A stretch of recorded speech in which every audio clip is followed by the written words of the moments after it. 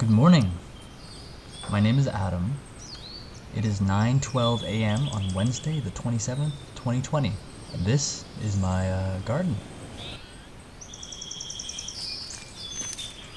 An empty garden is a blank canvas, and the paints you use are entirely dependent on your tastes.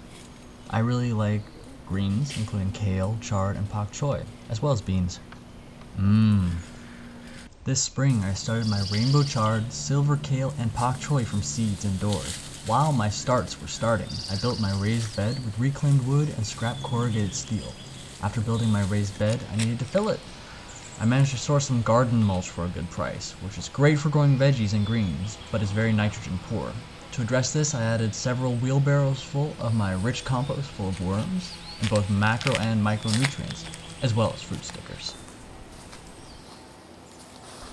I know that my compost contains most of the things necessary for plant growth, because I make it myself. I put in all my food waste and eggshells, and I churn it by turning it over. That's the benefit of having a compost bin like this.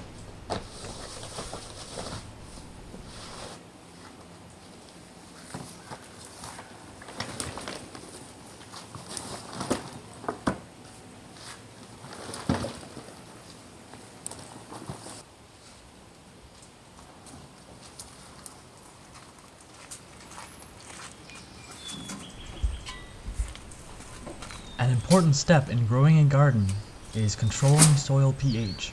Different plants are most successful at different pH levels. Tomatoes, for example, prefer a more acidic soil, while most greens, like chard, like a neutral soil, right around 7. I decided to use litmus pH test strips to test my soil's pH. I took samples at 4-foot intervals within my raised bed and added these 5-gram samples of soil to 10 milliliters of water each. Then I briefly submerged the test strip in the water-soil mixture and compared the color of the strip to the color chart. According to my tests, the soil is at about a 6.8, a perfect pH for growing most greens.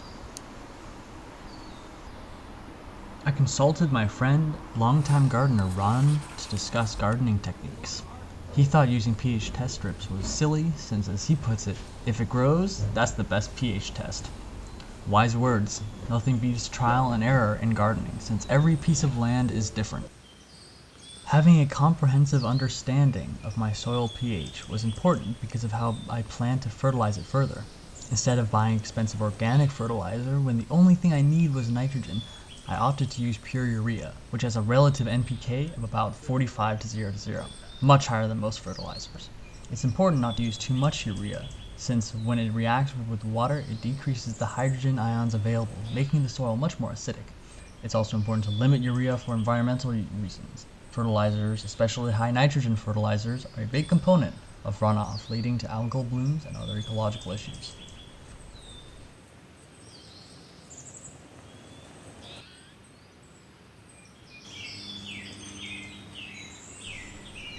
I planted my mature kale, zucchini, and cucumber starters at the ideal time, just after the last frost. Along the back of the bed, I planted green string beans, and along the front, a row of nasturtiums from seeds I collected.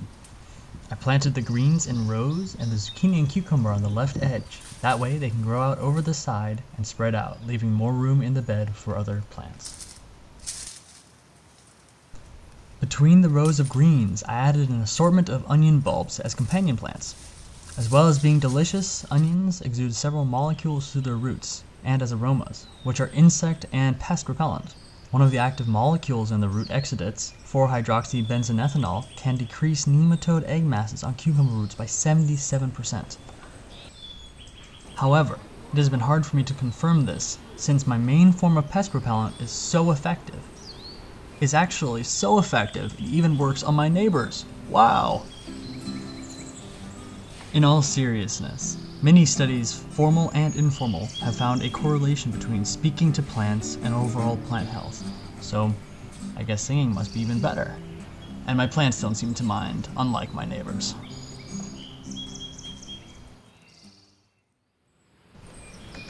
Effective gardening requires the application of both scientific principles and folk knowledge. both of which are based on repeated observation and experimentation.